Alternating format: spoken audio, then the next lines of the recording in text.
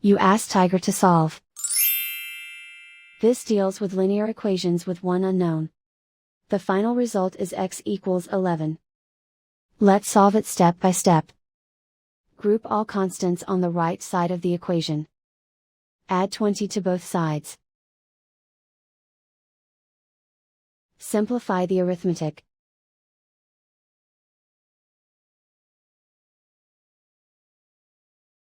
Isolate the x. Divide both sides by 11. Simplify the fraction. Find the greatest common factor of the numerator and denominator. Factor out and cancel the greatest common factor. And so the final result is x equals 11.